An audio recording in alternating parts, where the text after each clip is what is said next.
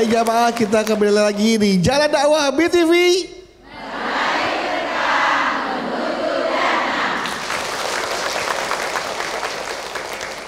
Baik, kita masih tentang tema kita adalah bagaimana kita usahakan tutupi aib itu dan pahala nih bagi seorang istri yang mampu menutupi aib suami.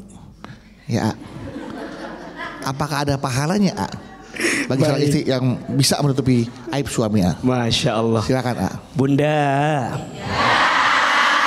Bunda.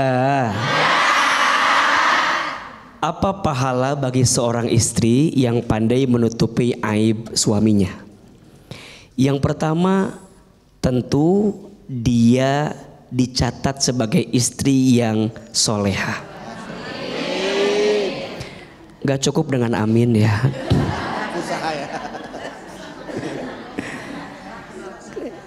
Siapa ciri istri yang soleha itu? Setidaknya ada 4.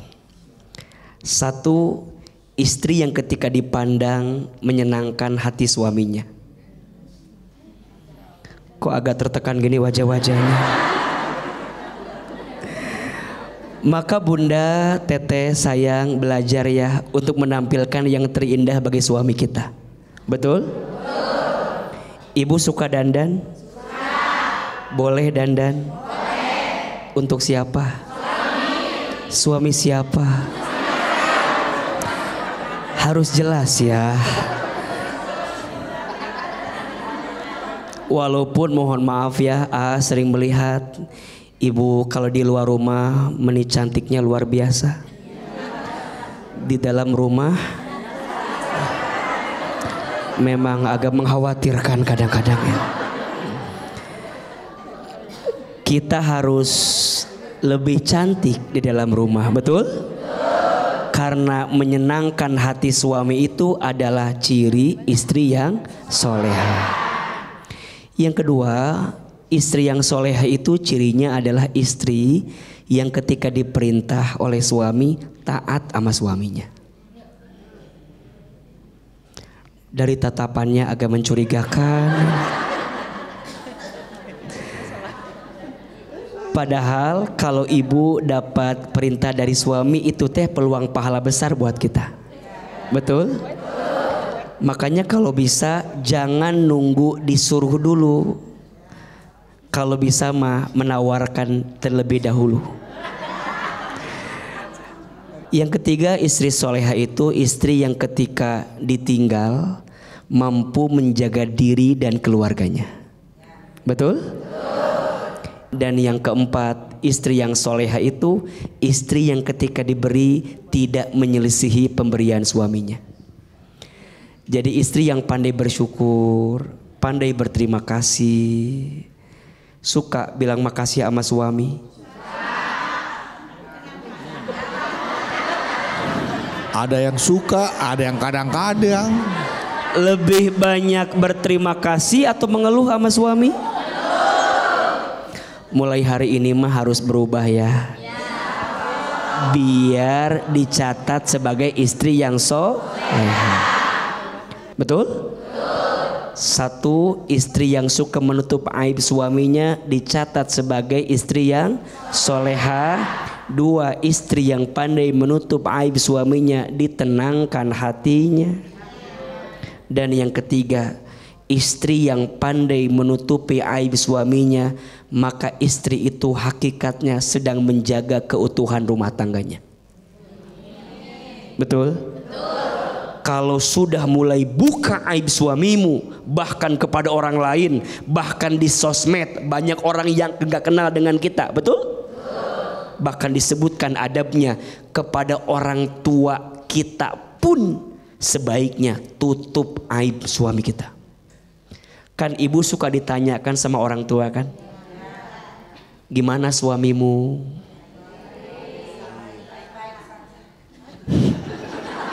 Baik-baik saja. Hanya panjang kayak baik-baik saja gitu. Kita sampaikan yang baik-baik kepada orang tua kita, betul? Taunya orang tua kita mah semuanya apa? Baik-baik saja. Walaupun kita tahu ada yang gak baiknya. Betul? Sebaiknya yang tampil keluar adalah yang baik-baiknya saja. Bang Bedu, Ya, ada kebaikannya beliau? Ada. Ada tidak baiknya? Ada kelebihan beliau? ada. Apa kelebihannya? Baik-baik saja ya Bu ya. Ada kekurangan beliau? Maka apapun yang terjadi, tutup kekurangannya, lihat kebaikannya. Betul? AA sebagai penceramah dengan izin Allah jadi guru, ada nggak kekurangannya? Ada. Ya, maka mohon maaf Bunda juga jangan sibuk dengan aib guru-guru kita. Kita mah dah suka sibuk atau sama aib-aib guru kita teh. Si Ahilman teh saha istrina teh. Jeng jeng. Si Ahilman, oh buat apa? Betul nggak? Orang yang sibuk dengan aib orang lain biasanya orang yang tidak pandai melihat aib diri sendiri. Betul? Sehingga waktunya dihabiskan buat mencari aib orang lain sampai dia lupa berkaca terhadap aib dirinya sendiri. Betul apa betul? Artinya usahakan tutup aib pasanganmu, karena istri yang menjaga menutup aib suaminya, satu dicatat sebagai istri yang soleha, dua ditenangkan hatinya, dan yang ketiga hakikatnya sedang dijaga kerutuhan rumah tangganya. Masya Allah, tepuk tangan buat Ahilman Bu. Kalau kita menutupi aib suami, tercatat pahalanya sebagai istri yang soleha. Kalau udah jadi istri yang soleha Bu, berdoa minta kebaikan buat suami, kan insya Allah ya, diijabah. Doakan suami supaya berubah menjadi lebih baik lagi, insya Allah, karena kita termasuk atau telah menjadi istri yang soleha. Betul Bu? Amin. Kalau gitu saya berikan kesempatan bertanya buat istri-istri soleha yang hadir pada hari ini. Siapa yang mau bertanya? Siapa yang mau bertanya? Siapa yang mau saya? Ibu mau saya. Silakan Ibu. Oke, sebelah sini dulu. Iya Ibu, silakan. Bismillahirrahmanirrahim. Assalamualaikum warahmatullahi wabarakatuh. Waalaikumsalam warahmatullahi wabarakatuh. Boleh pantun sedikit? Boleh. Boleh dong Bu. Harus Ibu, harus Ya. silakan. Dari suaranya Ibu, kayaknya Ibu yang sering ngasih pengumuman di musola nih Bu, kayaknya nih. Pak Camat beli opak. Jamaah muslimat selalu kompak. Cakep. Ya, Pak Camat beli opak, kurang kerjaan amat buat kamu. Ya Bu, silakan Bu. Perkenalkan, nama saya Ai Rahnayati dari Majelis Taklim PAC Muslimat NU Kawalu Kota Tasikmalaya. Iya. Tasikmalaya, ini artis Anda, silakan. AA, bolehkah saya bercerita tentang suami? Terima kasih. Lehernya boleh. Silahkan Ibu. Ya. Ayo Bu. Begini Iya Bu. Ya. Suami saya punya masalah. Punya masalah. Iya. Selalu marah-marah. Malahan marahnya itu jadi selalu ada masalah sedikit marah. Iya. Masalah banyak, Apalagi banyak. nggak ada masalah? Iya. Nah, saya dalam hubungan saya juga pasti terganggu itu. Pasti. Iya, ya. Karena apa? Karena bikin stres. Iya.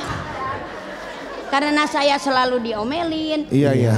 dimarah-marahin, Iya. otomatis hubungan antara saya dengan suami itu Terganggu ya, Bu? Terganggu. Iya.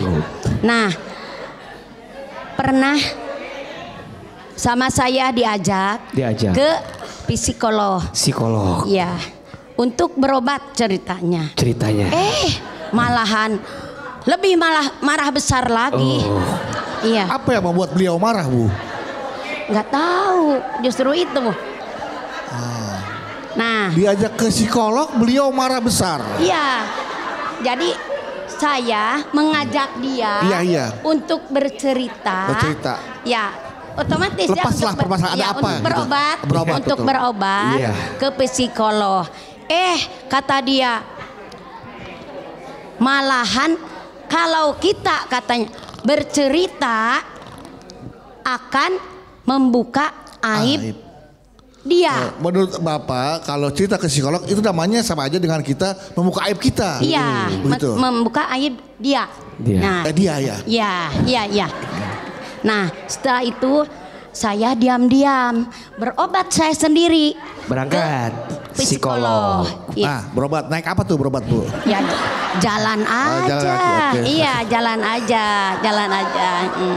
Nah, iya, terus pas dia tahu semakin marah sama saya. Nah, singkat cerita. Yang jadi pertanyaannya, bagaimana saya menyikapinya tentang emosi suami saya?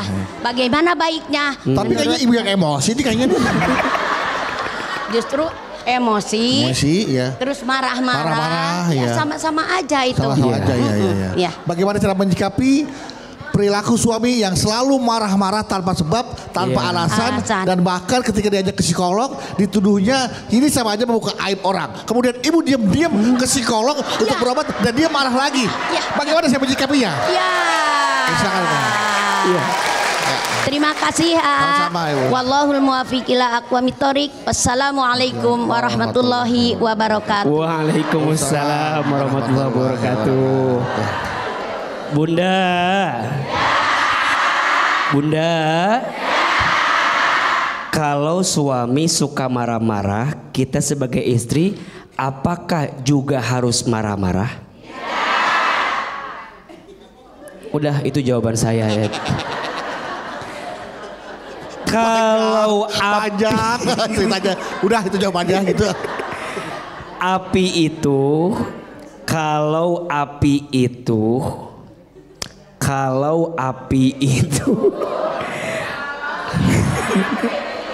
nah ini marah-marah namanya ya.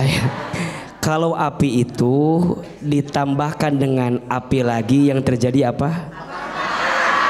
Semakin besar apinya, betul? Semakin kemana-mana asapnya, betul? Api itu padam dengan apa? Air. Kalau suami ibu suka marah-marah, berarti ibu harus jadi siram. Astagfirullahaladzim. Nanti kalau tumbuh pohon jambu bagaimana Bu? Iya. Kalau suami ibu temperamen suka marah-marah, berarti ibu yang harus mendinginkannya, betul? Ibu yang harus menenangkannya, betul? Dan memang sifat istri yang baik itu disebutkan al-mar'atu kal qamar. Perempuan itu seperti rembulan. Warrijalu kasyams, dan laki-laki itu seperti apa? Matahari. Panas gitu ya. Kenceng gitu. Itu laki-laki. Bu, kalau istri itu bulan, betul? Menerangi kegelapan, betul? Menghangatkan kesunyian di waktu malam. Maka ibu sayang, kalau suami suka marah-marah, ibu jangan ikut marah-marah. Tapi kan sebagai manusia kadang kita kesel, kadang kita jengkel. Gimana caranya?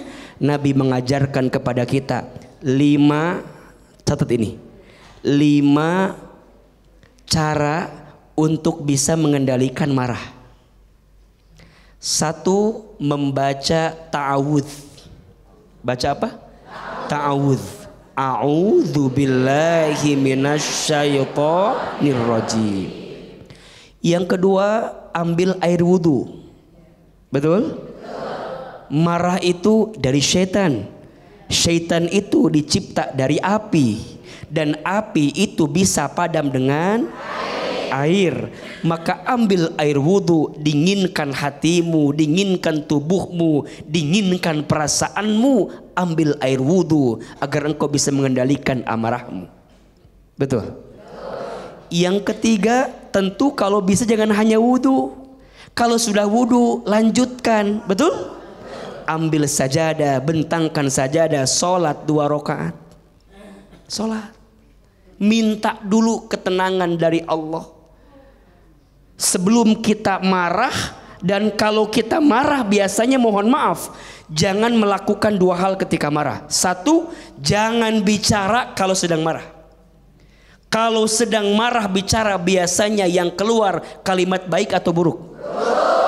Dan yang kedua, jangan melakukan sesuatu atau memutuskan sesuatu ketika marah. Kalau sedang marah memutuskan sesuatu, pasti keputusannya baik atau buruk. Nauzubillahi min dzalik. Yang keempat, ganti posisi.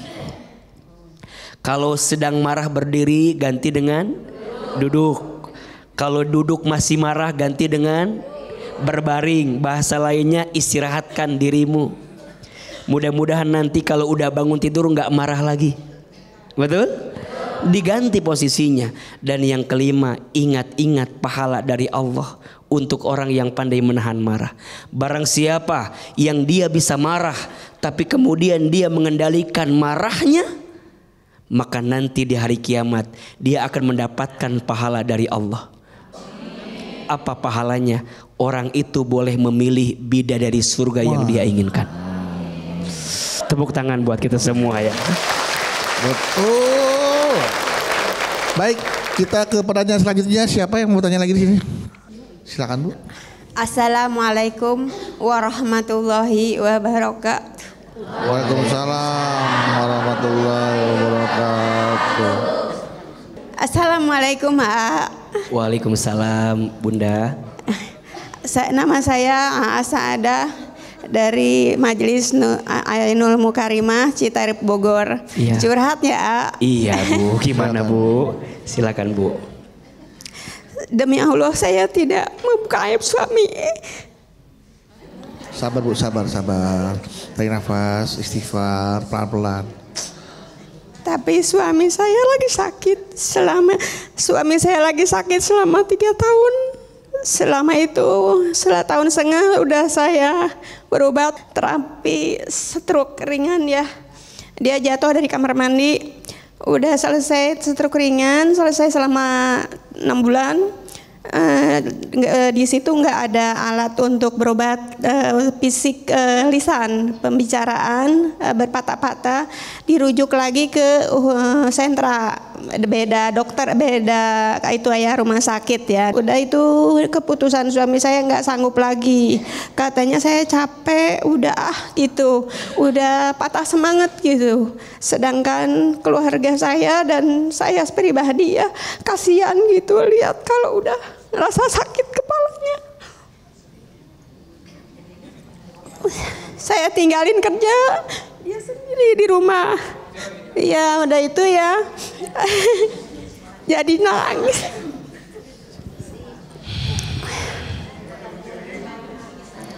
Saya sebenarnya malu curhat ini, demi Allah saya tidak membuka aib suami dan keluarga saya ya. Saya cuma minta solusi dan doanya dari Bapak, dari AA. Minta doanya gimana caranya supaya saya istiqomah. Suami saya juga sabar menerimanya. Suami saya udah sabar, cuman suka marahnya kalau saya salah paham cara dia membicarakan. Dia minta itu saya kasih ini, dia minta ini saya kasih itu. Jadi saya kadang Ibu udah merawat suami dengan penuh dengan berkasih sayang, istiqomah, betul. tapi suami sempat pada masuk fase frustasi ya. Iya, dia udah patah semangat. Akhirnya terjadi salah komunikasi, marah-marah. Iya. Nah, kemudian jadi pertanyaan buat Ibu adalah, pertanyaan Ibu adalah, cuman caranya saya bisa suami saya lulu mau nerima apa ucapan dari saya dan anak-anak saya gitu untuk berobat. Nah. terima kasih Ibu. Segitu aja. Iya. Ikan sepat. Cakep. Saya tidak bertele-tele, pengen dijawab dengan cepat. Siap. Assalamualaikum warahmatullahi taala wabarakatuh. Waalaikumsalam warahmatullahi wabarakatuh. Kalau ada salah maafkan saya. Benernya punya Allah, kesalahan punya saya pribadi yang bodoh ini. Iya. Ibu sayang, Bunda. Bunda. Ujian sakit itu ada keutamaan yang Allah hadirkan. Satu, sakit itu menghapuskan dosa. Betul? Maka siapapun yang hari ini sedang disapa dengan ujian sakit, bersabar. Karena di saat itu Allah sedang hapuskan dosa-dosamu. Yang kedua, ujian sakit itu adalah tanda cinta Allah kepada kita. Bunda sayang, izin, biasanya kalau sedang sakit lebih ingat gak sama Allah? Lebih dekat gak sama Allah? Istighfarnya banyak gak? Maka biasanya cara Allah merindukan hambanya, Allah uji hamba itu dengan sakit agar kemudian hamba itu kembali kepada Allah. Kadang mohon maaf, yang sakitnya sabar. Kadang orang-orang di sekitarnya yang tidak sabar. Setuju tidak? Suami dikasih sakit, suaminya sabar. Tapi boleh jadi mohon maaf, istrinya yang tidak sabar. Betul? Orang tua dikasih sakit, orang tuanya sabar. Tapi kadang anak-anaknya yang tidak sabar. Betul? Dan yang ketiga, orang yang dikasih ujian sakit itu sedang diangkat derajatnya oleh Allah Subhanahu wa taala. Makanya mohon maaf, Bunda, ini ujian buat Bunda.